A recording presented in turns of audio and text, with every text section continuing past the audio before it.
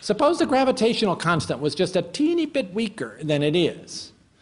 Well, amazingly, if it were just 1 part in 10 to the 14th weaker than its actual value, then after the Big Bang, there would not have been enough gravitational force to result in coalescence of stars, galaxies, planets, and us. It would have been this infinitely diffused, sterile universe without the possibility of anything like life. If the gravitational constant was a tiny bit stronger, then everything would come back together a little too soon, and the Big Bang would be followed by a big crunch.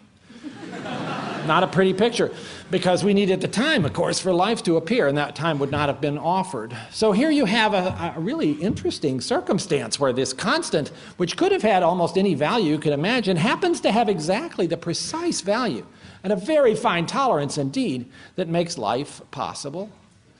And that's just one of about 15 such constants, all of which, if you tinker with them, result in a universe not capable of sustaining any kind of form of life. I'm not just talking about life like we recognize it, but anything that involves complexity. And that seems to be a profound challenge to the strict atheist, although there's a way out of it. So let me tell you what the way out is. I mean, basically, you've got 2 options here. First of all, you cannot say this is just a coincidence. It is too unimaginably unlikely to be just a coincidence. So either there is an infinite series of parallel universes out there that we cannot measure that have different values of these constants, and of course we have to live in the one where life is possible, or we wouldn't be here having this conversation.